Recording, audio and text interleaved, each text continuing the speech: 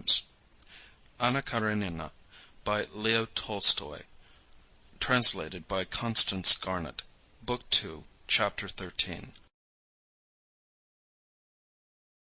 Levin put on his big boots, and, for the first time, a cloth jacket instead of his fur cloak, and went out to look after his farm, stepping over streams of water that flashed in the sunshine and dazzled his eyes, and treading 1 minute on ice and the next into sticky mud.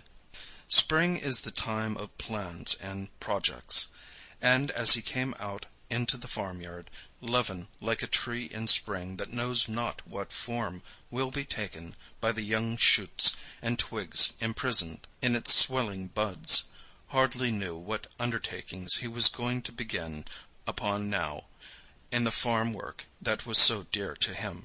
But he felt that he was full of the most splendid plans and projects. First of all, he went to the cattle. The cows had been let out into their paddock, and their smooth sides were already shining with their new sleek spring coats. They basked in the sunshine and lowed to go to the meadow. Levin gazed admiringly at the cows he knew so intimately, to the minutest detail of their condition, and gave orders for them to be driven out into the meadow and the calves to be let into the paddock. The herdsmen ran gaily to get ready for the meadow. The cowherd girls, picking up their petticoats, ran splashing through the mud with bare legs, still white, not yet brown from the sun, waving brushwood in their hands, chasing the calves that frolicked in the mirth of spring. After admiring the young ones of that year, who were particularly fine, the early calves were the size of a peasant's cow, and Papa's daughter, at 3 months old, was as big as a yearling. Levin gave orders for a trough to be brought out, and for them to be fed in the paddock. But it appeared that as the paddock had not been used during the winter, the hurdles made in the autumn for it were broken. He sent for the carpenter, who, according to his orders, ought to have been at work at the thrashing machine. But it appeared that the carpenter was repairing the harrows, which ought to have been repaired before Lent. This was very annoying to Levin.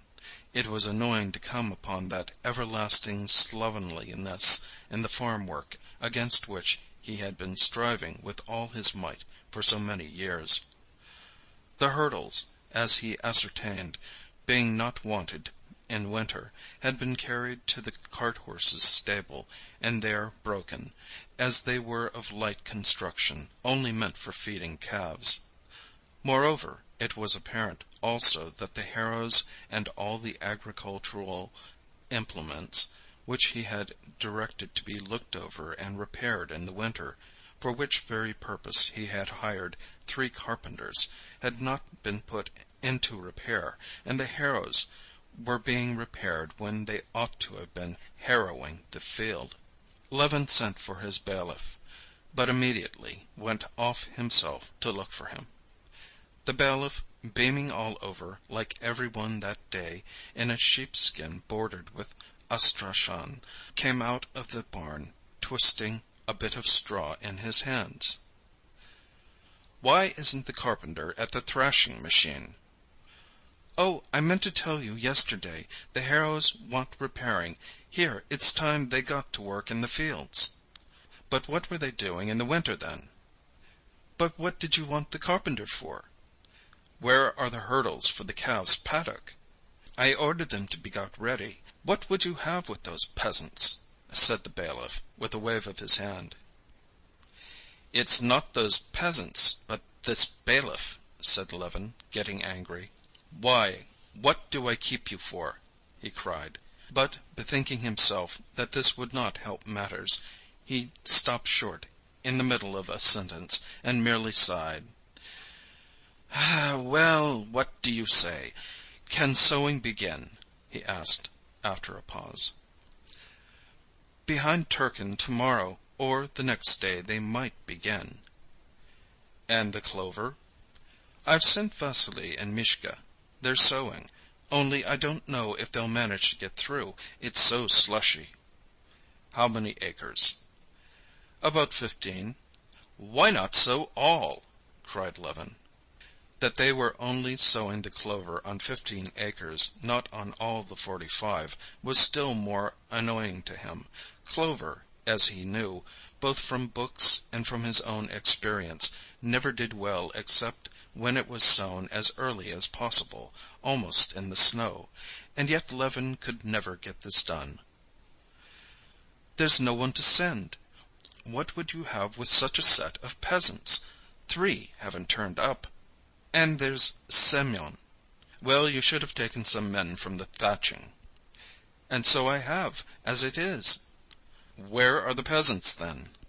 5 are making compote," which meant compost.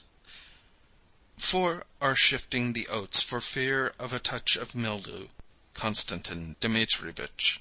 Levin knew very well that a touch of mildew meant that his English seed oats were already ruined. Again they had not done as he had ordered. "Why, but I told you during Lent to put in pipes." "Don't put yourself out. We shall get it all done in time." Levin waved his hand angrily, went into the granary to glance at the oats, and then to the stable. The oats were not yet spoiled, but the peasants were carrying the oats in spades when they might simply let them slide down into the lower granary, and arranging for this to be done, and taking 2 workmen from there for sowing clover, Levin got over his vexation with the bailiff. Indeed, it was such a lovely day that one could not be angry. "Ignat!" he called to the coachman, who, with his sleeves tucked up, was washing the carriage wheels. "Saddle me." "Which, sir?" "Well, let it be Kolpik." "Yes, sir." While they were saddling his horse, Levin again called up the bailiff, who was hanging about in sight, to make it up with him, and began talking to him about the spring operations before them, and his plans for the farm. The wagons were to begin carting manure earlier, so as to get all done before the early mowing, and the plowing of the further land to go on without a break, so as to let it ripen lying fallow, and the mowing to be all done by hired labor, not on half profits. The bailiff listened attentively, and obviously made an effort to approve of his employer's projects, but still he had that look Levin knew so well that always irritated him, a look of hopelessness and despondency. That look said, "That's all very well, but as God wills." Nothing mortified Levin so much as that tone, but it was the tone common to all the bailiffs he had ever had. They had all taken up that attitude to his plans, and so now he was not angered by it, but mortified, and felt all the more roused to struggle against this, as it seemed, elemental force, continually ranged against him, for which he could find no other expression than "as God wills." "If we can manage it, Konstantin Dmitrievitch," said the bailiff. "Why ever shouldn't you manage it? We positively must have another 15 laborers, and they don't turn up. There were some here today asking 70 roubles for the summer." Levin was silent. Again he was brought face to face with that opposing force. He knew that however much they tried, they could not hire more than 40, 37 perhaps, or 38 laborers for a reasonable sum. Some 40 had been taken on, and there were no more. But still he could not help struggling against it. "Send to Surrey, to Chelfveroka. If they don't come, we must look for them." "Oh, I'll send, to be sure," said Vasily Fedorovitch despondently. "But there are the horses, too. They're not good for much." "We'll get some more. I know, of course," Levin added, laughing. "You always want to do with as little and as poor quality as possible. But this year I'm not going to let you have things your own way. I'll see to everything myself." "Why, I don't think you take much rest as it is. It cheers us up to work under the master's eye." So they're sowing clover behind the birchdale. I'll go and have a look at them," he said, getting on to the little bay cob, Kolpik, who was led up by the coachman. "You can't get across the streams, Konstantin Dmitrievitch," the coachman shouted. "All right, I'll go by the forest." And Levin rode through the slush of the farmyard to the gate, and out into the open country, his good little horse, after his long inactivity, stepping out gallantly, snorting over the pools, and asking, as it were, for guidance. If Levin had felt happy before in the cattle pens and farmyard, he felt happier yet in the open country, swaying rhythmically with the ambling paces of his good little cob, drinking in the warm yet fresh scent of the snow and the air, as he rode through his forest over the crumbling, wasted snow, still left in parts, and covered with dissolving tracks. He rejoiced over every tree, with the moss reviving on its bark and the buds swelling on its shoots. When he came out of the forest, in the immense plain before him, his grass fields stretched in an unbroken carpet of green, without one bare place or swamp, only spotted here and there in the hollows with patches of melting snow. He was not put out of temper, even by the sight of the peasants' horses and colts trampling down his young grass. He told a peasant he met to drive them out, nor by the sarcastic and stupid reply of the peasant Ipat, whom he met on the way, and asked, "Well, Ipat, shall we soon be sowing?" "We must get the plowing done first, Konstantin Dmitrievitch," answered Ipat. The further he rode, the happier he became, and plans for the land rose to his mind, each better than the last: to plant all his fields with hedges along the southern borders, so that the snow should not lie under them; to divide them up into 6 fields of arable and 3 of pasture and hay; to build a cattle yard at the further end of the estate, and to dig a pond, and to construct movable pens for the cattle, as a means of manuring the land. And then 800 acres of wheat, 300 of potatoes, and 400 of clover, and not 1 acre exhausted. Absorbed in such dreams, carefully keeping his horse by the hedges, so as not to trample his young crops, he rode up to the laborers who had been sent to sow clover. A cart with the seed in it was standing, not at the edge, but in the middle of the crop, and the winter corn had been torn up by the wheels and trampled by the horse. Both the laborers were sitting in the hedge, probably smoking a pipe together. The earth in the cart, with which the seed was mixed, was not crushed to powder, but crusted together or adhering in clods. Seeing the master, the laborer, Vasily, went towards the cart, while Mishka set to work sowing. This was not as it should be, but with the laborers Levin seldom lost his temper. When Vasily came up, Levin told him to lead the horse to the hedge. "It's all right, sir. It'll spring up again," responded Vasily. "Please don't argue," said Levin, "but do as you're told." "Yes, sir," answered Vasily, and he took the horse's head. "What a sowing, Konstantin Dmitrievitch," he said, hesitating. "First rate, only it's a work to get about. You drag a ton of earth on your shoes." "Why is it you have earth that's not sifted?" said Levin. "Well, we crumble it up," answered Vasily, taking up some seed and rolling the earth in his palms. Vasily was not to blame for their having filled up his cart with unsifted earth, but still it was annoying. Levin had more than once already tried a way he knew for stifling his anger, and turning all that seemed dark right again, and he tried that way now. He watched how Mishka strode along, swinging the huge clods of earth that clung to each foot, and getting off his horse, he took the sieve from Vasily and started sowing himself.